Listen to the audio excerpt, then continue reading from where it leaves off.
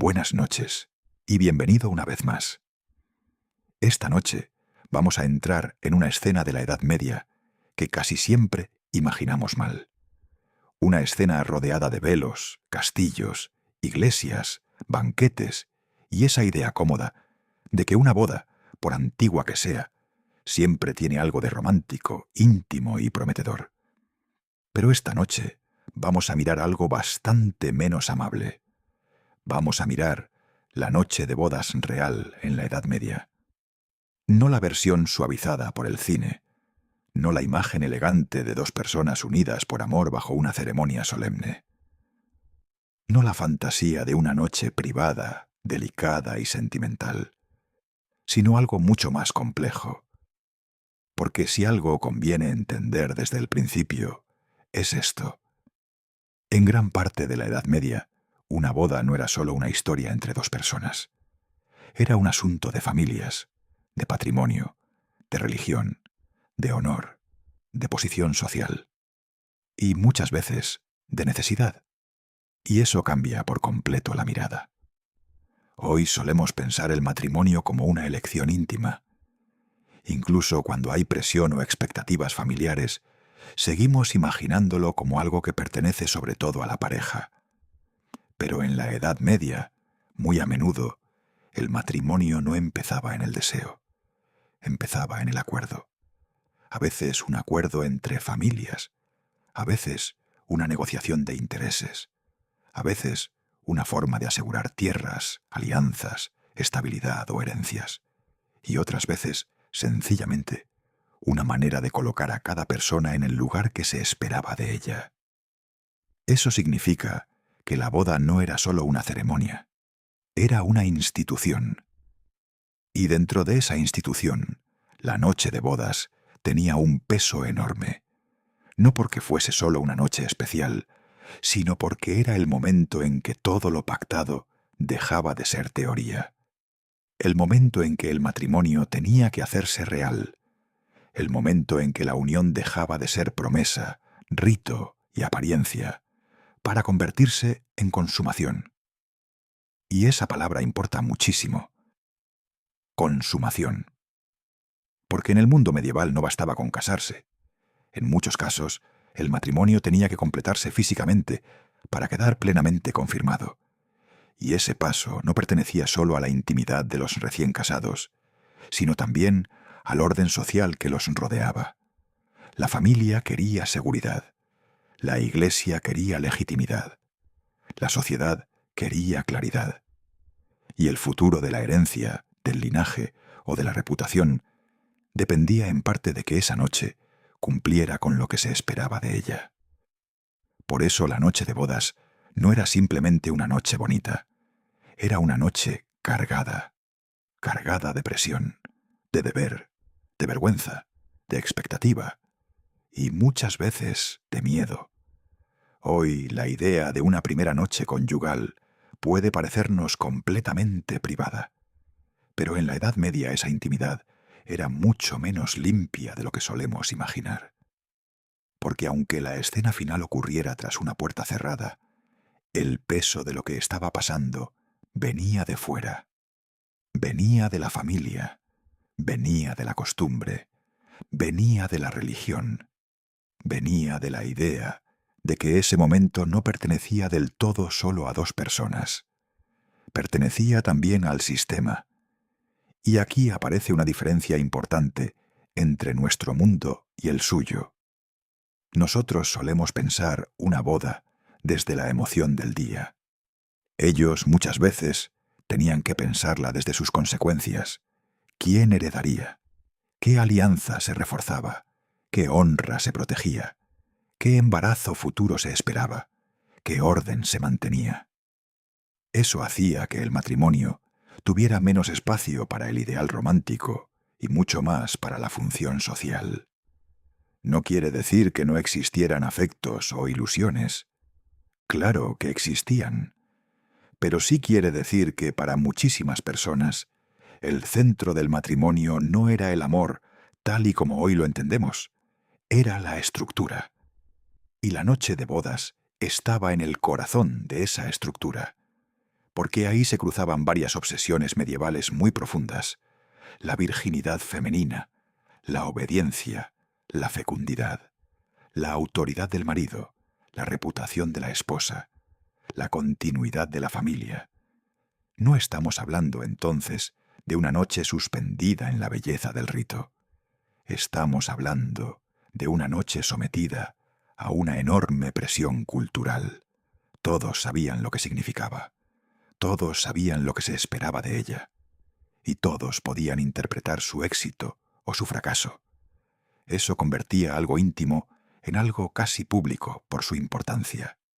Quizá por eso este tema resulta tan fascinante, porque obliga a desmontar una idea moderna muy cómoda, la de que la boda es en esencia una fiesta del amor, y que la noche de bodas es simplemente su cierre más personal. En la Edad Media muchas veces no era así. La boda podía tener celebración, música, banquete y solemnidad. Pero debajo de todo eso había otra capa mucho más rígida: la obligación. Y cuando la obligación entra en la intimidad cambia. Eso es lo que hace tan interesante esta historia. No estamos mirando solo una costumbre antigua, estamos mirando el momento en que una sociedad entera descargaba sobre dos cuerpos una enorme cantidad de expectativas, el momento en que el orden social se metía en la habitación, porque la noche de bodas no importaba solo por lo que pasaba dentro, importaba por lo que confirmaba fuera, confirmaba que el enlace era real, confirmaba que la unión avanzaba como debía, confirmaba que la esposa entraba plenamente en su nuevo lugar, confirmaba que el marido cumplía con su papel, confirmaba que la familia podía mirar al futuro con cierta tranquilidad. Y si no confirmaba todo eso, empezaban los problemas. Pero eso vendrá después. De momento conviene quedarse con esta idea fundamental. Una boda medieval no era solo una unión sentimental, ni una fiesta parecida a la nuestra con ropas antiguas y normas más severas. Era una institución total. Abarcaba la familia, la moral, la religión, la reputación, el cuerpo y el futuro. Por eso la noche importaba tanto, porque era el punto donde todos esos mundos se tocaban. Y también por eso no deberíamos imaginarla como una escena suave y naturalmente íntima, sino como un momento cargado de tensión desde antes de comenzar. Bastaba con lo que significaba. Bastaba con la expectativa ajena. Bastaba con saber que de ese momento dependían cosas mucho mayores que el deseo. La novia no llegaba solo como mujer. Llegaba como hija, como futura madre y como símbolo de honor. El novio no llegaba solo como hombre. Llegaba como heredero, como autoridad y como representante de una familia. Demasiado peso para una sola noche. Y sin embargo, ahí estaba. Y si ya con esto empezamos a entender por qué la noche importaba tanto, la siguiente pregunta aparece sola. ¿Cómo se llegaba hasta ella? ¿Cómo eran esos matrimonios pactados? ¿Qué presión acumulaban los novios durante el día? ¿Qué esperaba la familia? Y cómo la ceremonia, los rumores y el deber convertían esa noche en algo tan cargado incluso antes de empezar. Porque mucho antes de cerrarse la puerta, la tensión ya había comenzado. Y ahí es donde la historia empieza a volverse todavía más tensa.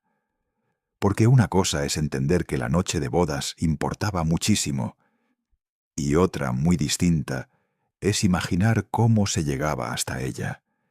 ¿Qué había pasado antes? ¿Qué se había pactado?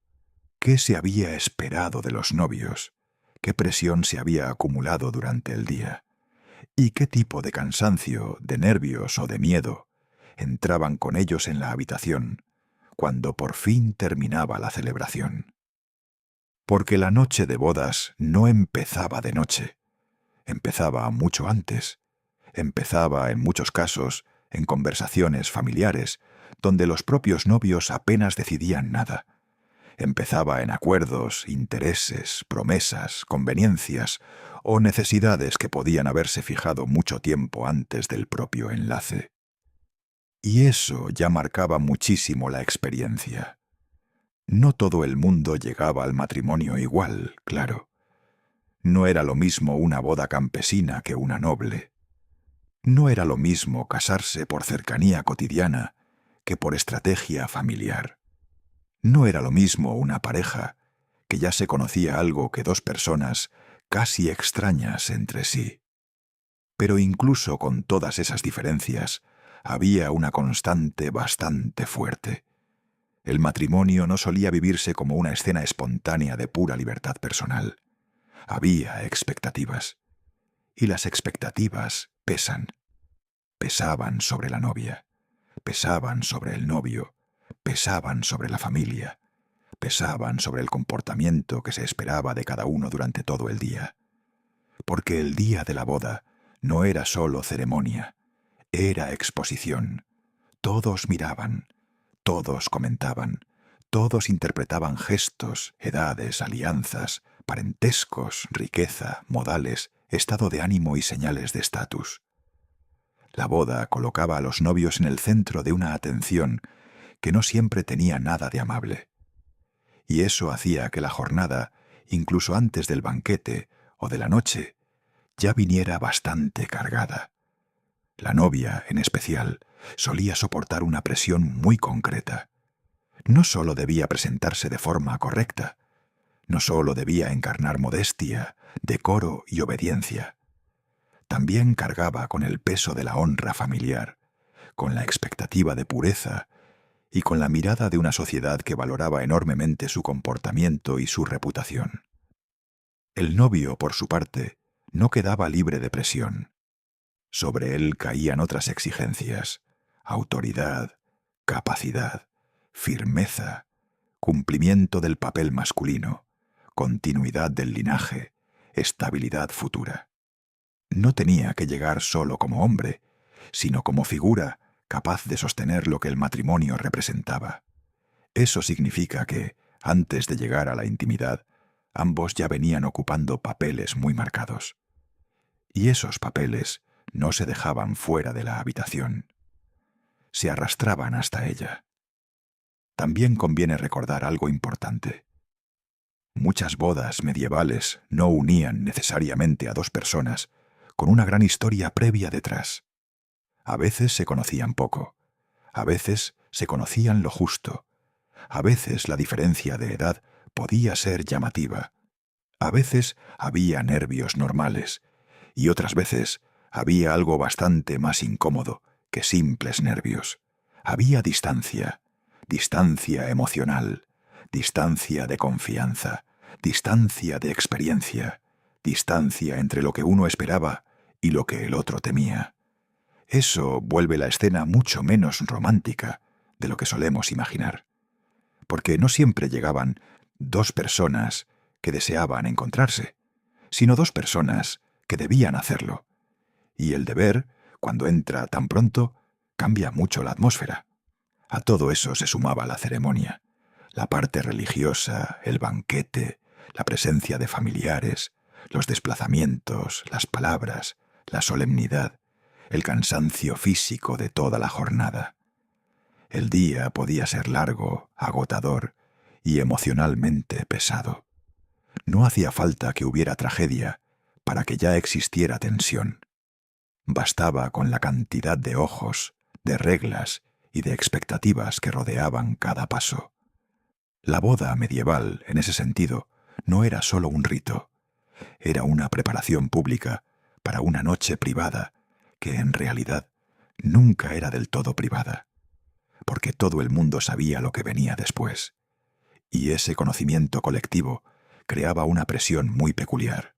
Comentarios, insinuaciones, bromas, silencios incómodos, consejos, miradas. A veces bastaba con eso para cargar aún más el momento. No hacía falta una vigilancia directa para que la pareja sintiera que la noche no les pertenecía por completo. Les pertenecía en el gesto, sí, pero no en el significado. El significado ya estaba repartido entre muchos. Y ahí es donde esta historia se vuelve muy humana, porque más allá de las estructuras sociales, de la religión y del linaje, al final seguían siendo dos personas entrando en una habitación con una enorme cantidad de peso encima.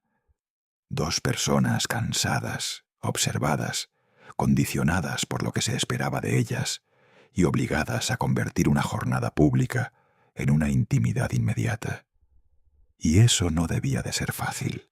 No era fácil por el cansancio, no era fácil por la presión, no era fácil por la falta de confianza en muchos casos, no era fácil por la vergüenza, y no era fácil porque todo alrededor empujaba en una sola dirección: cumplir. Por eso quizá conviene imaginar este momento sin demasiado decorado bonito. No pensar primero en la cama, ni en la vela, ni en la habitación, sino en el trayecto emocional hasta llegar allí. En todo lo que se había dicho antes, en todo lo que se esperaba, en todo lo que aún no había ocurrido y ya pesaba sobre la noche, porque la puerta podía cerrarse, pero la presión entraba con ellos, entraban la familia, entraba la religión, entraban los rumores, entraba el deber, entraba el miedo a no estar a la altura de lo que esa noche significaba.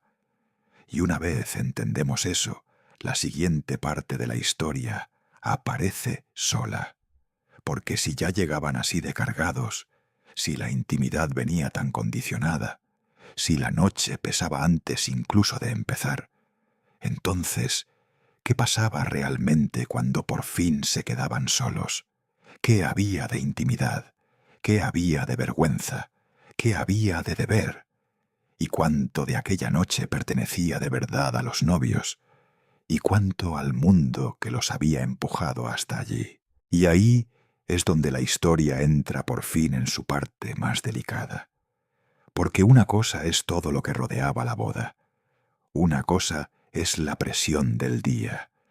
Una cosa es el peso de la familia, de la religión y de la costumbre.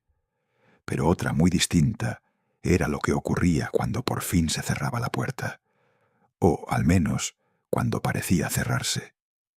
Porque si algo conviene entender aquí, es esto: la noche de bodas medieval no era íntima en el sentido moderno.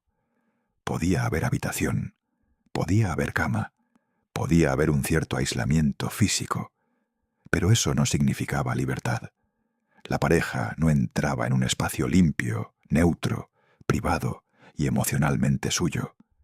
Entraba en una escena cargada de obligación. Una escena en la que el deseo, si existía, no bastaba por sí solo para explicar lo que estaba pasando. Estaba el deber. Y el deber pesaba mucho. Pesaba sobre el marido, de quien se esperaba capacidad, iniciativa y cumplimiento. Pesaba sobre la esposa, de quien se esperaba modestia, obediencia y aceptación. Pesaba sobre el matrimonio entero, porque aquella noche debía confirmar que la unión era real. Por eso la intimidad no era pura intimidad. Era una intimidad vigilada por la expectativa. No siempre con personas mirando de forma literal, claro. No hace falta imaginar todas las noches medievales como un espectáculo grotesco con testigos detrás de una cortina. Pero sí existía algo muy claro. El entorno sabía lo que esa noche significaba y esperaba que produjera un resultado. Y eso bastaba para alterar la escena. Lo que hoy llamaríamos nervios normales, allí podía convertirse en una mezcla mucho más pesada. Vergüenza, miedo, torpeza, desconocimiento, cansancio y obligación. A veces entre dos personas que no tenían gran confianza. A veces entre alguien muy joven y alguien con más experiencia. A veces entre dos personas que apenas habían compartido verdadera intimidad antes de ese momento. Eso hacía que la noche no tuviera por qué parecerse a una escena romántica. Podía parecerse más a una prueba del cuerpo, una prueba del papel que cada uno debía desempeñar, una prueba de si el matrimonio comenzaba como se esperaba, y una prueba de si ambos eran capaces de soportar el peso de todo lo que se había colocado sobre ese momento. Aquí también entra algo muy importante: la vergüenza. Porque la vergüenza medieval no era solo timidez personal, era una emoción moldeada por la religión, por la costumbre y por la jerarquía entre hombres y mujeres. El cuerpo no era simplemente algo privado, era también un lugar donde se jugaban el honor, la pureza y la obediencia. Y eso convertía la noche de bodas en un momento especialmente tenso para muchas mujeres, pero también incómodo para muchos hombres. No era solo una cuestión de deseo, era una cuestión de papel social. Y cuando el cuerpo tiene que obedecer a un papel, todo se vuelve más rígido. También por eso esta noche estaba tan lejos de la imagen moderna de espontaneidad. No era necesariamente una escena de cercanía emocional. Muchas veces era una escena de cumplimiento, una escena donde importaba menos lo que sentían de verdad dos personas y mucho más lo que aquella unión debía demostrar. Debía demostrar que el matrimonio avanzaba. Debía demostrar que el vínculo era legítimo. Debía demostrar que la esposa entraba plenamente en su nuevo lugar. Debía demostrar que el marido podía ejercer el suyo. Y en esa lógica, la consumación se volvía casi una obligación narrativa. Algo que tenía que suceder porque el sistema lo esperaba.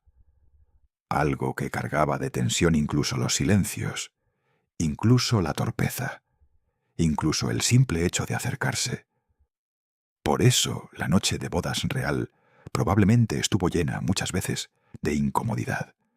Incomodidad física, incomodidad emocional, incomodidad moral, incomodidad ante el miedo a fallar, incomodidad ante el hecho de saber que lo que pasara o no pasara podía tener consecuencias más allá de la propia habitación. Y ahí aparece una palabra muy importante: vigilancia. No siempre vigilancia directa, pero sí vigilancia simbólica. La pareja podía quedarse sola, pero no se desprendía de los ojos del mundo. Los arrastraba dentro. Arrastraba los rumores, las expectativas, las bromas del banquete, la presión familiar, la autoridad religiosa y la certeza de que al día siguiente esa noche existiría ya no solo como experiencia, sino como resultado esperado. Eso convierte la escena en algo mucho menos libre de lo que solemos imaginar. No era simplemente una primera noche, era una noche examinada por adelantado. Y quizá por eso este momento resulta tan fascinante y tan incómodo al mismo tiempo, porque obliga a ver con claridad hasta qué punto una sociedad puede entrar en la intimidad de dos personas sin estar físicamente dentro de la habitación. Basta con fijar normas, expectativas y consecuencias para que la intimidad deje de ser completamente propia. La puerta podía cerrarse, pero la Edad Media entraba con ellos, entraba en la cama, entraba en el silencio, entraba en la vergüenza, entraba en el miedo a no cumplir, entraba en el deber de que aquella noche terminara significando lo que debía significar. Y si ya con esto intuimos lo delicada que podía ser la escena, la siguiente pregunta aparece casi sola. ¿Qué ocurría cuando esa noche no salía como se esperaba? Porque en un mundo tan obsesionado con el honor, la virginidad, la consumación y la reputación, bastaba con que algo fallara para que la noche de bodas dejara de ser solo incómoda y se convirtiera en un problema. Y ahí es donde la noche de bodas medieval mostraba su lado más cruel. Porque una cosa es que la noche fuera incómoda. Una cosa es que estuviera cargada de vergüenza, deber y presión. Pero otra muy distinta es lo que ocurría cuando no salía como se esperaba. Y en la Edad Media Eso importaba muchísimo, porque aquella noche no se juzgaba solo por lo que significaba para los novios. Se juzgaba por lo que demostraba ante los demás. Si el matrimonio debía quedar confirmado, si la esposa debía llegar con honra intacta, si el marido debía cumplir con su papel, entonces cualquier duda, cualquier fracaso o cualquier rumor podía volverse un problema mucho mayor que una mala experiencia privada. Podía volverse una grieta pública. Y ahí entran varias obsesiones medievales muy fuertes. La primera, la consumación.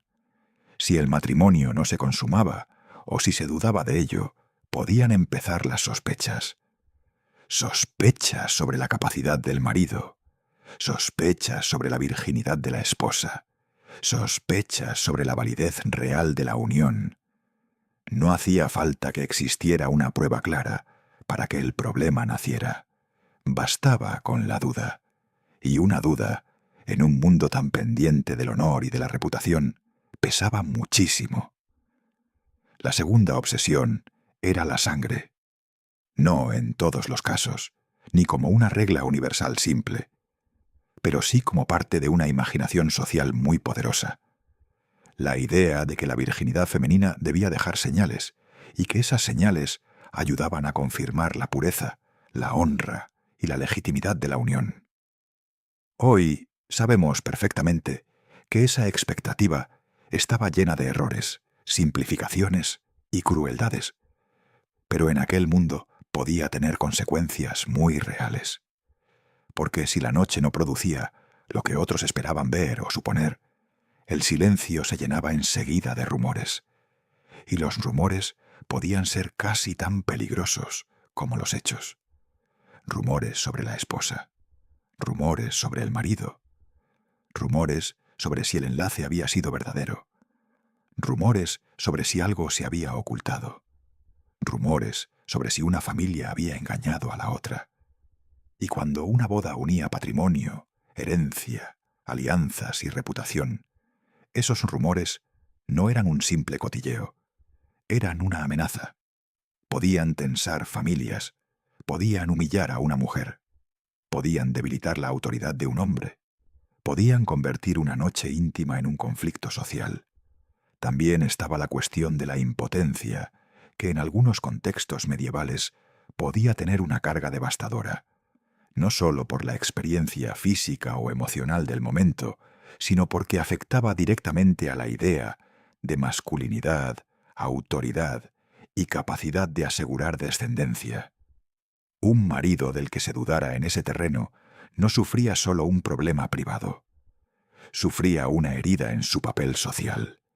Y la esposa, por supuesto, tampoco quedaba protegida, porque en muchos casos el peso del fracaso, justo o injustamente, caía sobre ella de otra forma, como sospecha sobre su cuerpo, sobre su virtud, sobre su comportamiento o sobre la honra que representaba para su familia. Incluso cuando el problema no tenía nada que ver con ella, podía quedar atrapada dentro de sus consecuencias. Eso hace que esta noche resulte todavía más dura de lo que parece. No era solo una noche con presión, era una noche con posibles secuelas. Secuelas de reputación, secuelas familiares, secuelas emocionales, secuelas sociales. Y en algunos casos, incluso secuelas legales o religiosas, si el matrimonio entraba en disputa. Porque cuando una sociedad concede tanto valor simbólico a una sola noche, también le concede el poder de alterar muchas cosas si algo sale mal. Y quizá eso sea lo que más impresiona de todo este tema, que la noche de bodas medieval no era solo una escena privada exagerada por el tiempo, era una especie de examen, un examen del cuerpo, del honor, del papel social y de la capacidad de encajar dentro del orden esperado. Un examen que podía vivirse con ilusión en algunos casos, con resignación en otros y con auténtico miedo en bastantes más. Por eso no conviene cerrar esta historia con una imagen romántica. Conviene cerrarla con una imagen más verdadera. La de dos personas entrando en una habitación con mucho más que su propio deseo o su propia torpeza. Entrando con el peso de la familia, de la iglesia, de la reputación, de la herencia, del deber y del miedo a que una sola noche dejara una marca demasiado grande. Y quizá esa sea la idea más importante de todas. La noche de bodas en la Edad Media no era sólo el final de una celebración. Era el momento en que una sociedad entera intentaba asegurarse de que el orden seguía intacto. Y cuando miramos así aquella noche, deja de parecer una escena decorativa del pasado y se convierte en algo mucho más inquietante. Un lugar donde el amor podía importar, sí, pero donde el deber, la presión y las consecuencias importaban mucho más. Buenas noches.